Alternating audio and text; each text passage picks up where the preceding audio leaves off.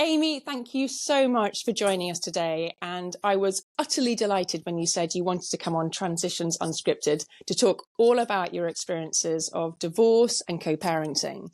And that's not just because that's what I want this platform to be about, people sharing their life's ups and downs, trials and tribulations that are completely unexpected. But also I feel the conversation we're going to have is going to resonate with so many people. And it's going to be for those people who I think have grown up in a household whose parents were divorced or separated and they were the ones being co-parented. Or it's for those people who are going through what you've been through and have had a divorce or a separation, and they're now having to do the co-parenting. So I think on so many levels, people are going to be able to get so much insight into what you've been going through and be able to relate that to their own lifestyles, really. And I also just want to stay at this stage as well. I know we talked a lot leading up to this conversation about divorce, and it's obviously a very personal experience and every divorce is different, but you were very mindful that there's other people involved, your ex-husband and obviously your children, and you've got to be aware of their sensitivities and their emotions, which I think adds to the whole magnitude of how difficult this road is to navigate. There are lots and lots of different, like we said, emotions that you've got to kind of take on board. Yeah. So I think what I wanted to start with, if it's okay with you, is to kind of almost go back in time a little bit.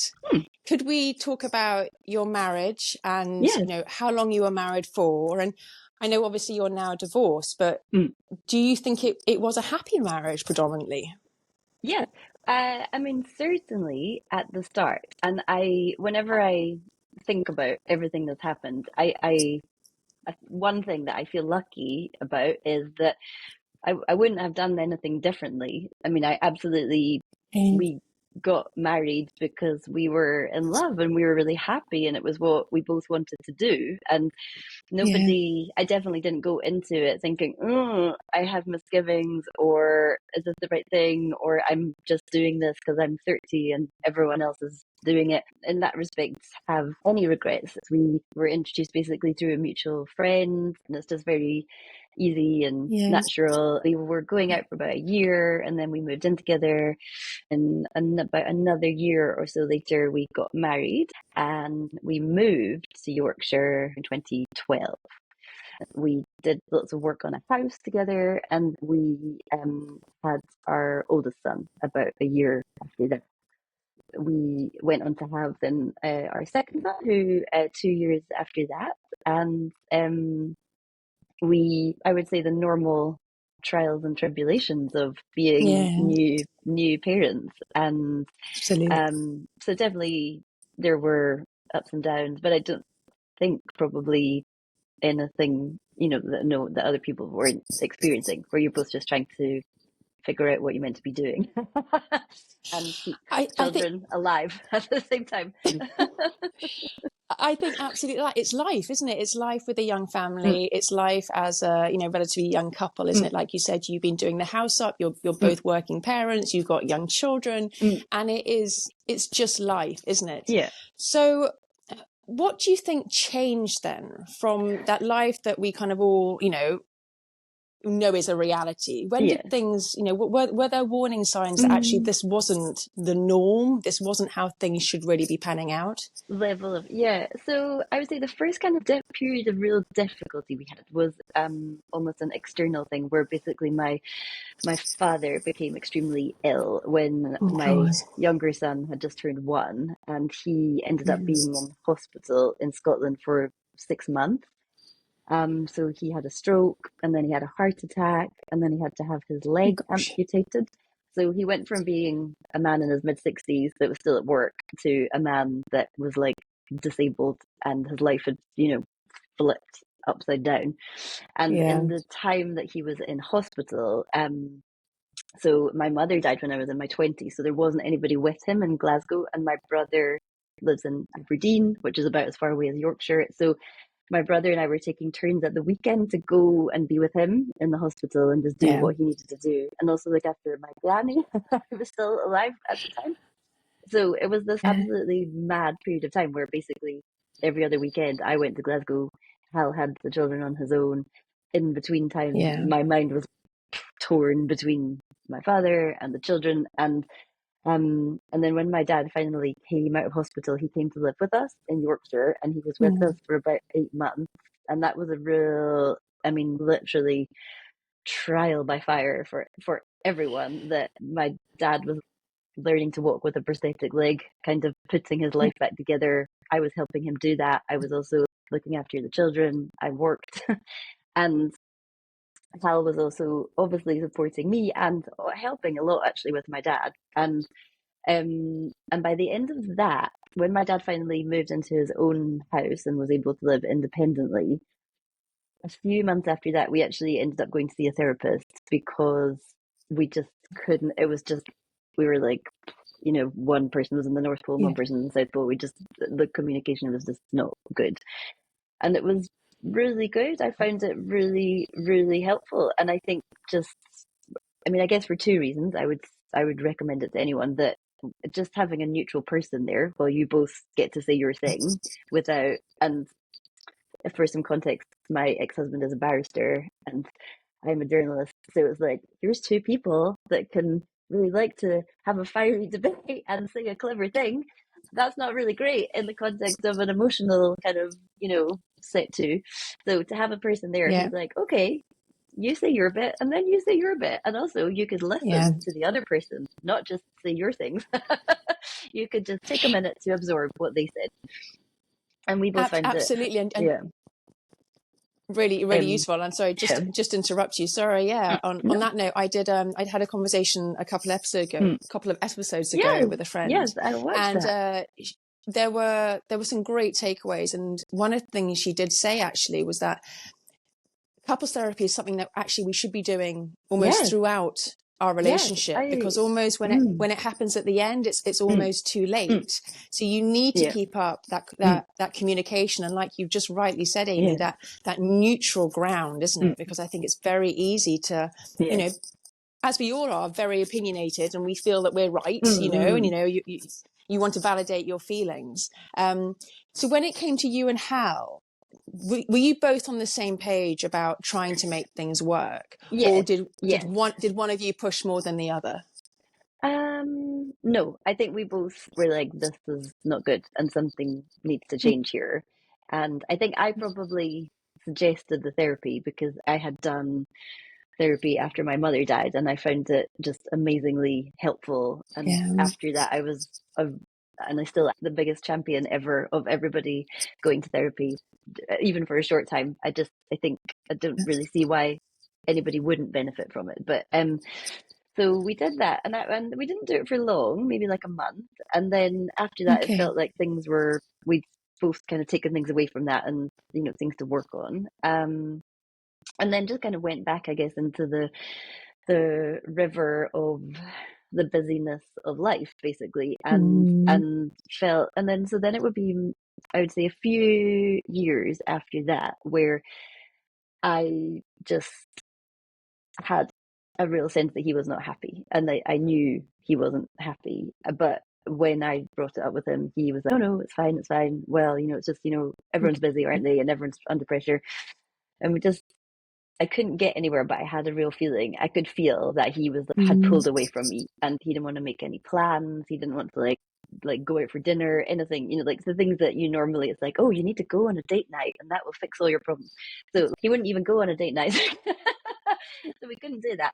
And then it so finally, sorry, Amy, and it just, but how did that make you feel though? Because if you were the one, from what I'm understanding, suggesting doing mm, stuff together, and he was mm, immediately coming up and giving you a brick wall saying mm. no, how did that make you feel? I felt like it was my fault. I felt, oh, I need to try harder and I need to be more something. And I couldn't Yeah.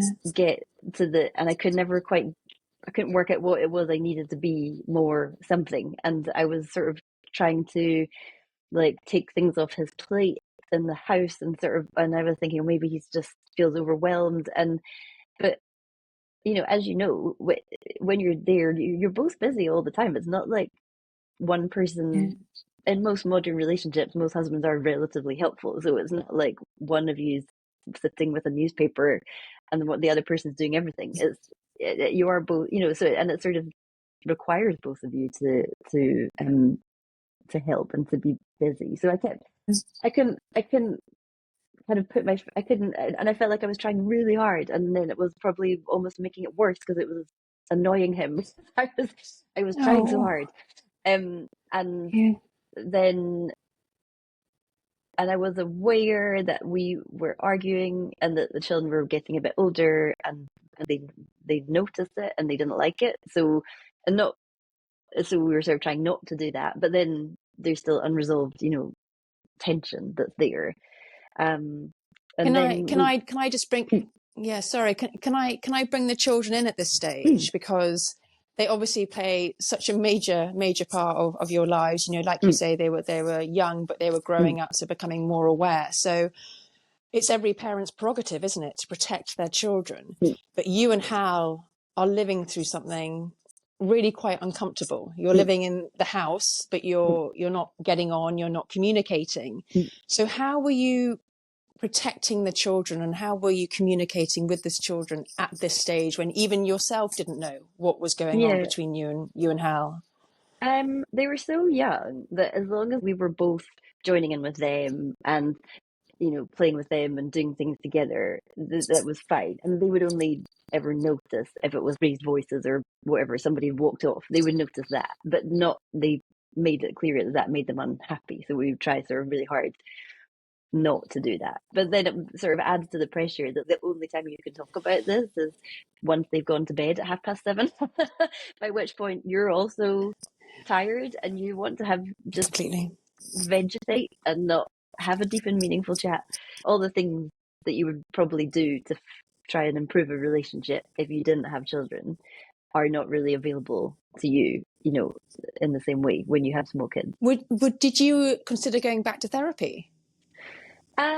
So we did, but basically this took us into COVID. So this was sort of 2019 Okay. into 2020. So Okay. then we did the whole of that year of like lockdown, homeschool, Yeah. being Oh stuck in the house gosh. together. And then and Yeah. then it was right at the end of 2020, so just before Christmas in 2020, Hal said to me, basically, I don't want to do this anymore. I don't want to be married to you anymore. And we need to work out how we're going to do that. And my sort of immediate reaction was just total panic and kind of, no, no, no, no, no, no. We can't, no, that can't happen. We have to fix this. We can't just abandon this and let the children down and all, just total panic. And then Yeah. while I sort of said, can we just do Christmas? Because I mean, it was literally the next week or something, the next couple of weeks, and we had family. Or did we have no? Because nobody was coming because it was COVID. But anyway, Yeah. there were plans. But I was like, can we just do Yeah. this, and then we'll talk about it. But then between Christmas and New Year that year, his father became incredibly ill and ended up in hospital and with a terminal illness. So then it just sort of sat there. It was just hovering above our heads because then all our energy was into his dad and his mum, and that went on until the summer in 2021. And also within the midst of that, we were in lockdown again and homeschool again, and so it almost like this kind of revelation happened, and then it just got parked. And every so often, I would Oh. try to go, oh, what about that? Like, have you changed your mind, or do you still feel that way? Or and he just kind of basically didn't want to answer. He wouldn't give a yes or no. And then, very sadly, in the middle of that year, his father died. So then that was another awful thing that we were dealing with. And so once again, it kind of got parked. And then it was Parked. only at the end of 2021 that I suddenly was just, we all got COVID. And so we were all stuck together, all me and him and the children. So none of us could go anywhere for whatever it was, 10 days. And in the midst of that, I just was like, I have to know what the answer is. We have to decide what we're doing about this. Um, Well, this is the thing, Amy. I can't imagine the kind of limbo that you were living in. To put on this exterior front in front of your children and mm. potentially other people that you saw, you know. Yes, no, I I hadn't know it told was a soul. COVID, I so hadn't you, told, yeah, no, there wasn't, yeah, exactly. Luckily, there weren't many social engagements, but I hadn't told a soul. And I had a Zoom kind of get together with my university friends every Sunday evening. And it was this real lifeline for all of us. But I never brought it up because I just was like, basically three of them had babies during 2020, and it was like that's a real kind of there's some big stuff going on here. Me having some problems in my marriage doesn't feel that big, and also oh, I kept feeling as if maybe it'll just go away, and that was really what I wanted. I wanted it just to oh, magically fix itself and that not disappear. and just go away. And but you know that's not what I, happened. it didn't, did it? And I just want to touch on when you said you didn't talk to anyone. For Mm, those people that are potentially living a maybe similar situation to you, mm, where they're trying to cling on to their marriage, their you know mm, their idea of their forever partner, their forever mm, commitment is not working. mm. What would you recommend to people about reaching out to someone now? Do you regret not having someone to talk to? Yes, and I think I think if we hadn't been in COVID, I would have talked to friends because when I finally did tell a couple of friends, and I felt so much better, and that was the first because obviously your friends, you are so concerned with the children and the Yeah, husband and the house and the life and everything, but your friends actually care about you and you first and foremost. So they were the first people who were like, well, what do you want? What how do you feel? Like this has all been like how does he feel and how can you fix it? But actually, do you want to fix it? Are there things he could do differently to make it, to improve things? So so if I had the chance to say that to somebody sooner, I would definitely recommend if you feel that you can talk to a friend or a therapist or anyone to do that, because in your own head it just goes round and round and round and round and you think there's no yeah. way out of this, but there is. And I think you've absolutely nailed it in terms of there are two people involved in this. There are his emotions and Mm, his wants, and mm, importantly, which you weren't recognizing, were your own. mm. And although by all accounts you were fighting to save the marriage, do you think deep down it was going to end? um it's such a good question. I guess I still think now from time to time, I think, oh, if only, because now I've done more therapy and read all the books and listened to all the podcasts. I feel like I know everything about how to, how you should keep your relationship going. And I think I probably think, oh, if I'd known some of those things about like why does someone react to something a certain way, or why do I react to things a certain way? Mm, Maybe if I'd known all those things, I could have I could have fixed it. But then that's still me thinking I can fix this. Whereas it's a two-person job. And especially if there's not like I think it's probably different if you I don't know because obviously I haven't experienced this, but if something really shocking happened, if you've when people find out about affairs or people find out about like their partners gambled away all their money, or things like that, it's just an explosively awful thing, then you yeah. probably maybe you don't spend as much time thinking, what have I done this, what have I done that. um But you can't look back and regret, can you? but no, That's the exactly, thing. exactly. And now definitely, so now this is 3 years almost, and since I finally was what is happening here, and he basically still would So not let answer the question, and I just was okay, fine, well, that's an answer. Not being able to answer the question, do you love me, do you want to be married to me, is actually an answer. So so I will accept that answer.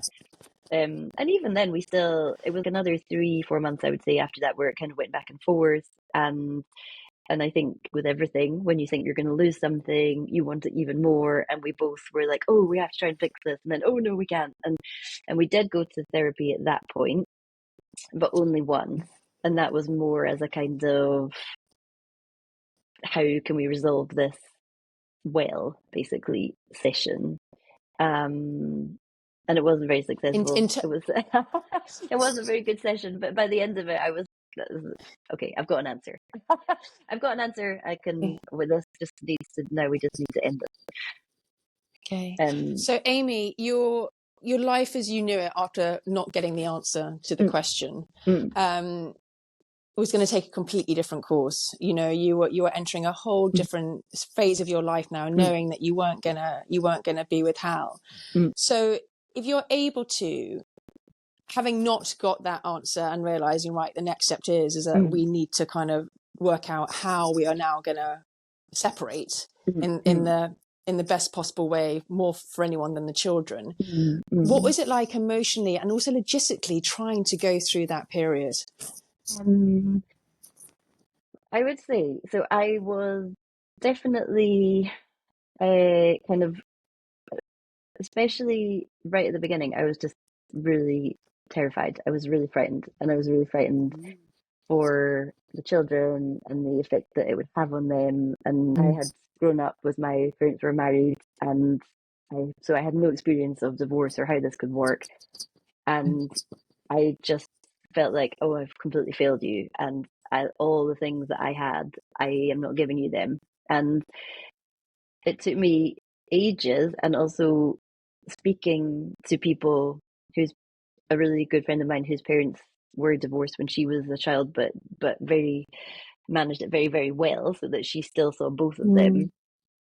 And she said to me, and another friend has since said the same thing, my parents being divorced was absolutely not the defining event of my childhood. It just was what my life was like. It just was like I went to this house one day and I went to this house that day, and I knew they both loved me, and we still did things together, and they both came to my 21st and my graduation.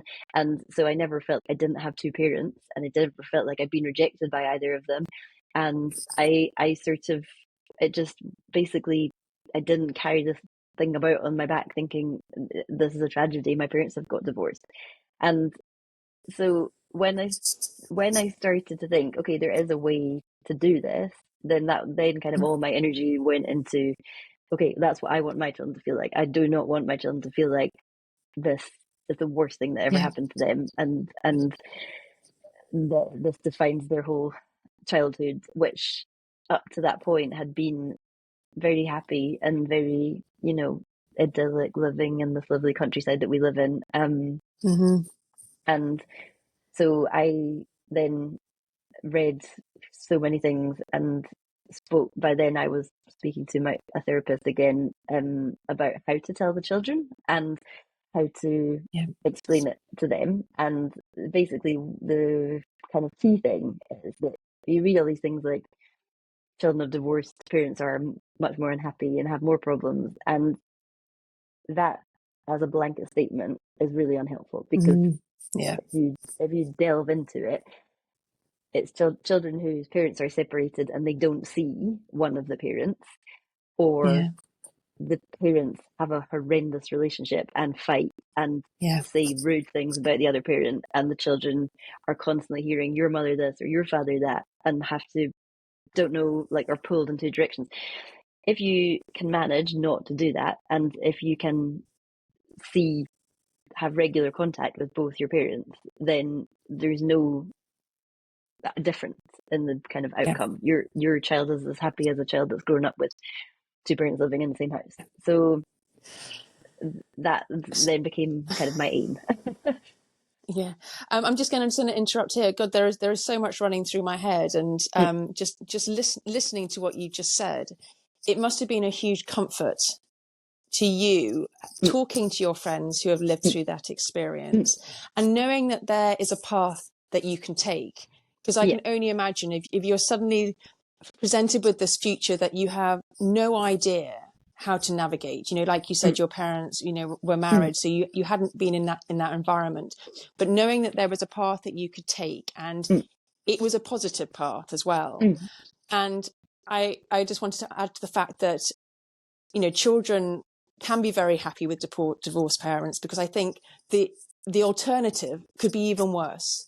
Having parents that they live with who can completely bicker and squabble and clearly don't get on, I imagine that would have much more of an impact opposed to parents that are living in different places but love them equally and are able to be seen to be getting on. You might feel very differently behind closed doors, but to be able to be seen you're getting on must be a huge comfort for them as well.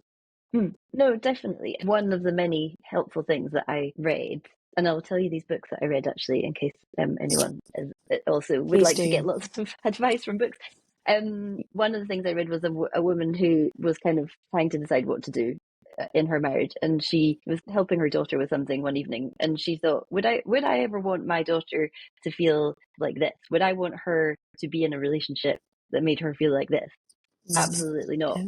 And basically, if I stay here, then I am showing her that this is fine. It's fine for someone to speak to you that way. It's fine for someone to be cold and unkind. And so you are just acting out for them what they are going to do in the future. So if you ask yourself that question, then, and the answer is no, then you probably need to do something about it. That book is an American writer called Glennon Doyle, who has a podcast called We Can Do Hard Things. The book is called Untamed, and it's sort of actually, it could be for any sort of life change. Obviously there are logistical, practical elements, absolutely, to separating, but also a lot of things you worry about are basically a cage of your own making in your head.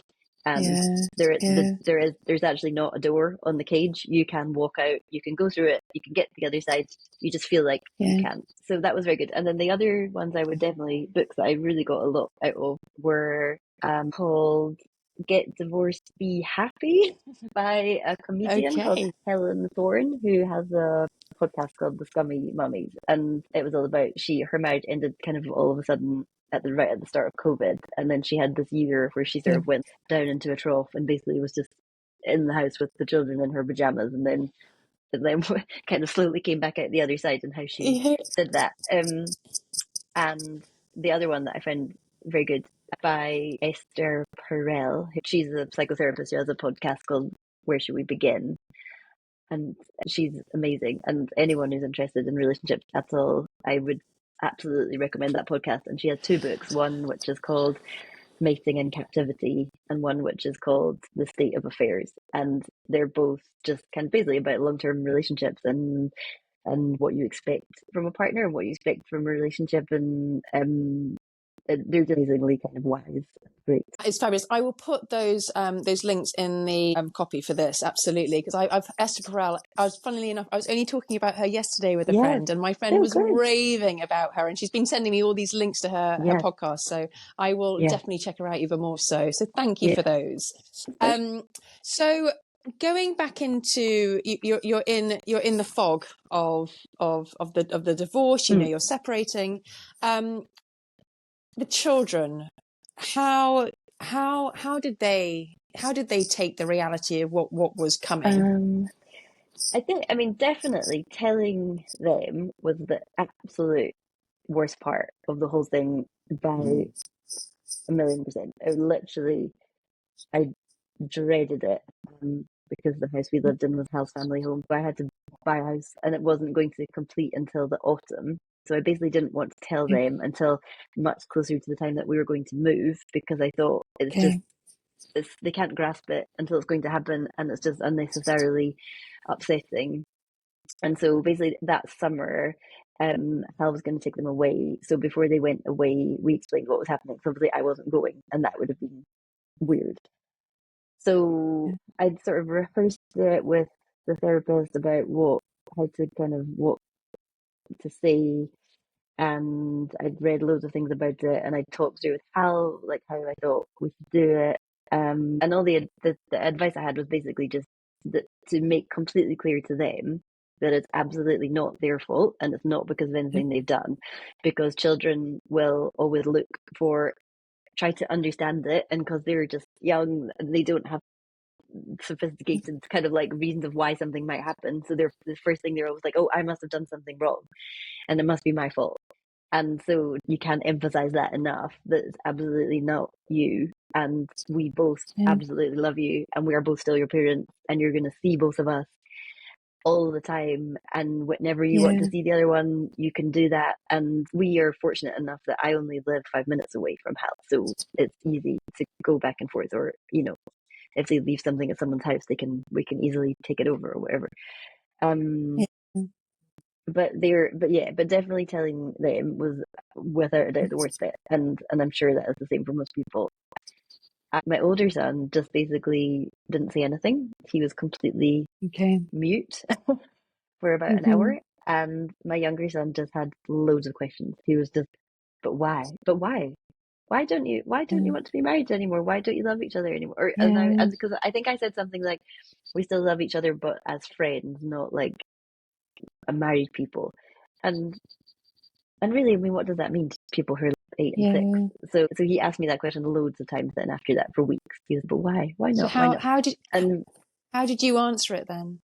and I just was sort of like, just trying to explain that we do love each other, but we love each other like friends. We don't love each other like married people. So, but we still love you as your mum and dad. And kind of, I probably basically didn't give him a satisfactory answer, because probably he's a bit of a detective and he just wants to get to the bottom of everything. But I was, I guess I didn't really have an answer, and I Yeah. didn't want to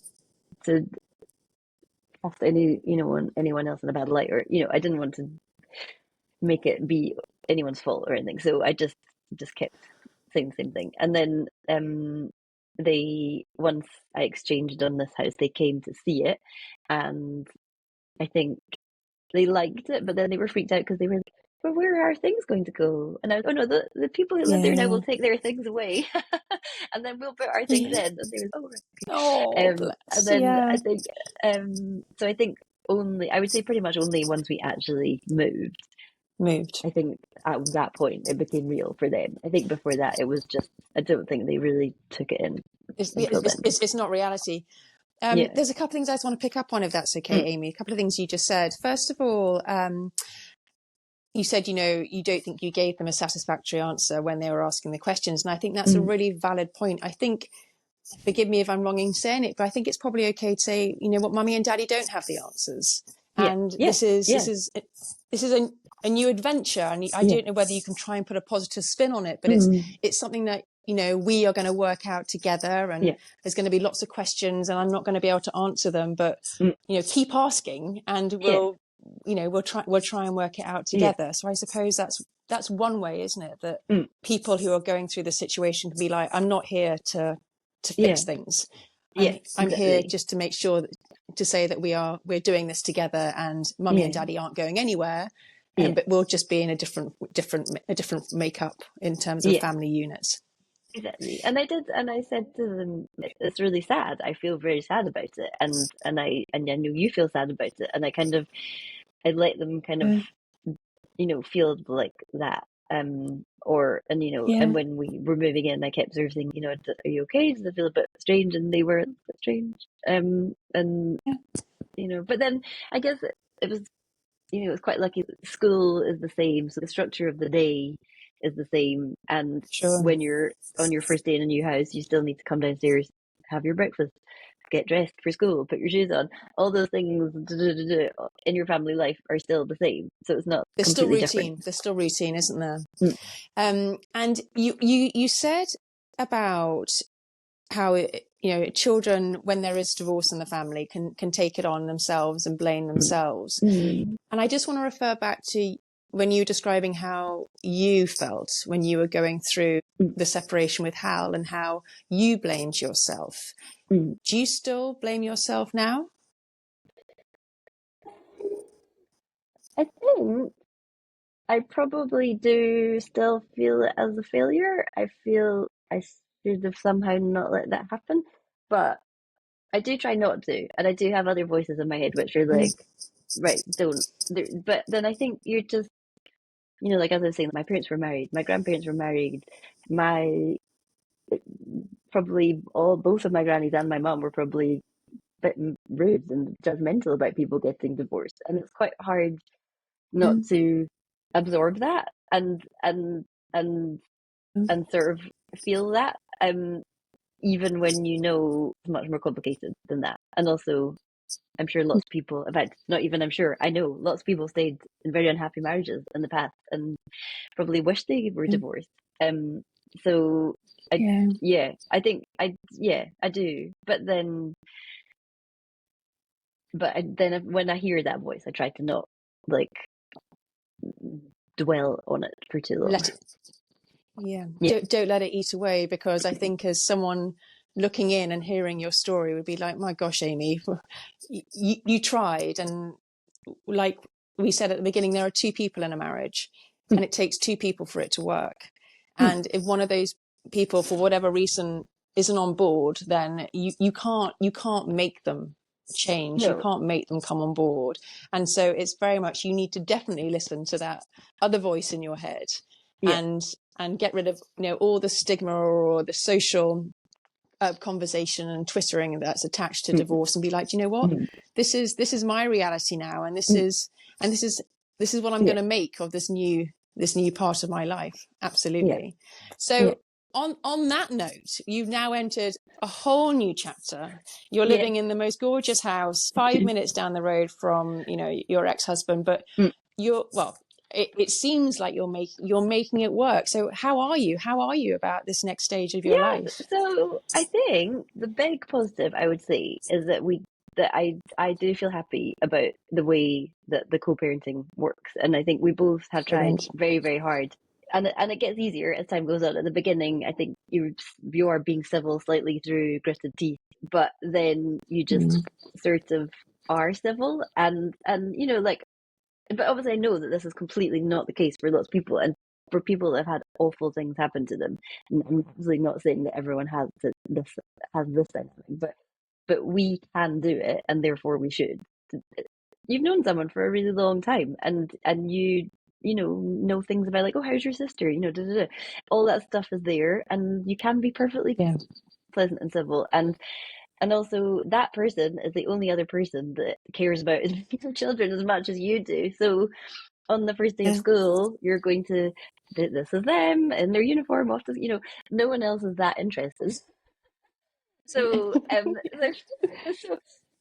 feel incredibly grateful we can have the relationship that we have. And I feel if you were in a really tough situation and you weren't talking to each other, or you couldn't do that, because of whatever had happened, that must be excruciatingly difficult, because it definitely makes both of our lives 800 times easier, because we can just communicate easily. And we also agree about how to bring them up. And there are very few things where we have felt differently about what would be the right thing to do here. And that is also helpful, because when I say no to something, if I say, like, I know quite often they will just go and ask daddy, and then daddy will say no too, and then they'll be like, that didn't work. Absolutely, you've got to be on the same page, and there's got to be some form of communication, hasn't there? And I'm just wondering, there would have been a lot of rural emotions being felt over the last few years, and was it a conscious decision by you and Hal to make sure that you never spoke unkindly about each other in front of the children? Was there always something that you wanted to put across, a very positive conversation about daddy, or him about mummy? Yeah, exactly. We both were united about that. We want this to be as okay as possible for them. And I very quickly noticed that anything remotely negative that I said about Hal, silly things like, oh, daddy's not very good at finding things or something, which he's not. And he would admit that. They would be like, oh, or I said something about the fact that he's not much taller than me, which he's not, and that's just a fact. And they were like, he is very tall. And I was sort of, right, okay. So I finally was like, okay, right, you do not want to hear this, so just keep it to yourself. And it obviously just made them really uncomfortable in the idea that we would have negative feelings towards each other. Completely. And I suppose that's a reflection of their headspace, isn't it? They want to protect both of you. And so I'm sure if Hal had turned around and said, "Oh, your mummy's tiny," no, she's Yeah. not. She's nearly as tall as you, or it would have come back in it would have Exactly. come back in a different way. So that Yeah. they're out there to protect you. And I'd really love to kind of just talk about the children now at this stage, because you've had your challenges. What about them? How are they navigating the whole co-parenting, and are they still trying to work through some of the challenges, or have things settled down more in their lives as well, do you think? They feel they definitely really like the structure, the way we have it, to stay the same. So, for example, we do alternate weekends, and a few weeks Yep. ago, we basically ended up having to swap a weekend, and so Hal did two in a row, and I literally did not hear the end of that for weeks. They're like, "Oh, I mean, we haven't seen you at the weekend for 3 months," and I was sort of like, "Oh my word!" I was like, "It was one." And then there's things that they have dealt with really well. Like, so Hal has a new partner who has children, and when they were first going to meet those children, I was really anxious about that and how they would feel about that. But actually, they really like these other children. They're very fond of them, and they enjoy spending time with them. And initially, I guess that was slightly hard for me to take, because oh, okay, fine. But then the adult part of you is, okay, no, that's a good thing, because you'd have to see them even if you didn't like them. So it's much better that you do like them, and that's just try and just take that as a positive. So Oh, I bless yeah, you. Yeah.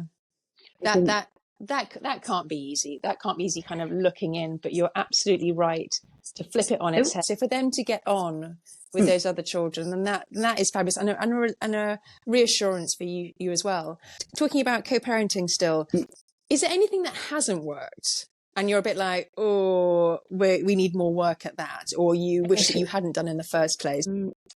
when we first moved out, the plan was that they were going to spend one night a week with Hal, but that they were also going to go to his house for dinner one night. But after a few weeks of that, we were just, this is a disaster, because when I went to pick them up from Hal's house, which was our old house, they were sort of sad about leaving, and I absolutely Yeah. hated going there. I just felt unbelievably unhappy going there, and that obviously came across.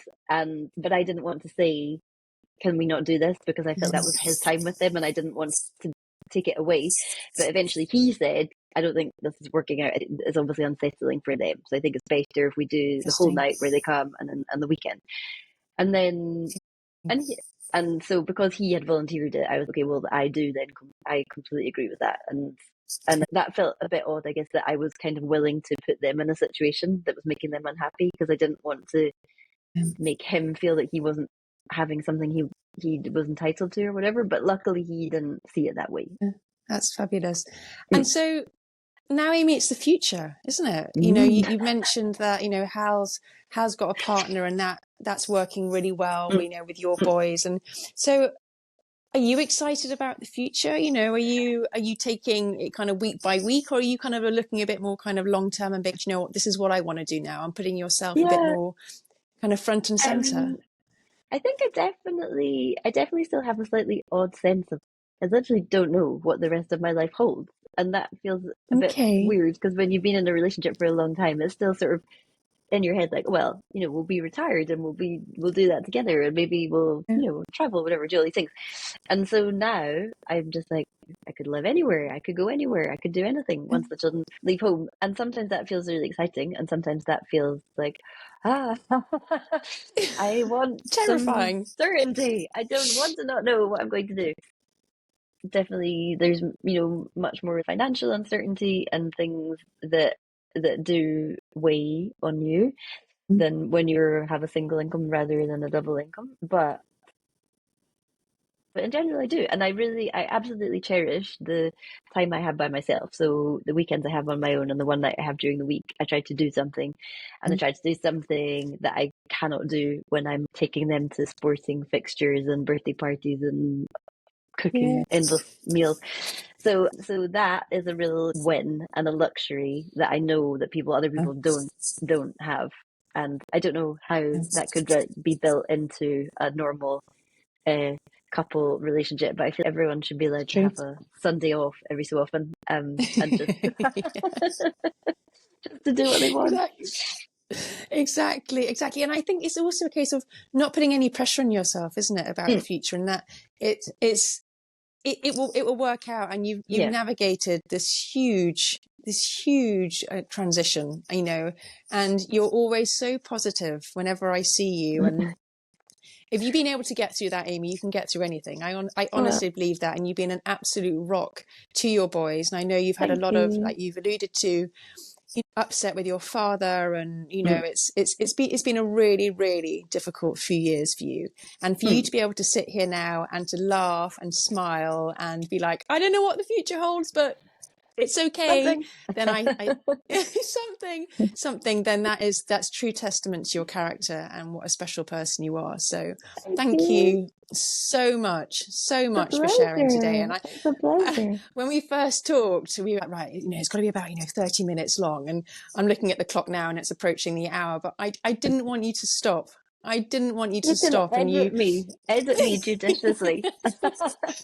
no, you've given so much insight, and you've been so honest, and I can only imagine some of those memories are very raw. So again, thank you for It's a sharing those with pleasure. us. It's a pleasure.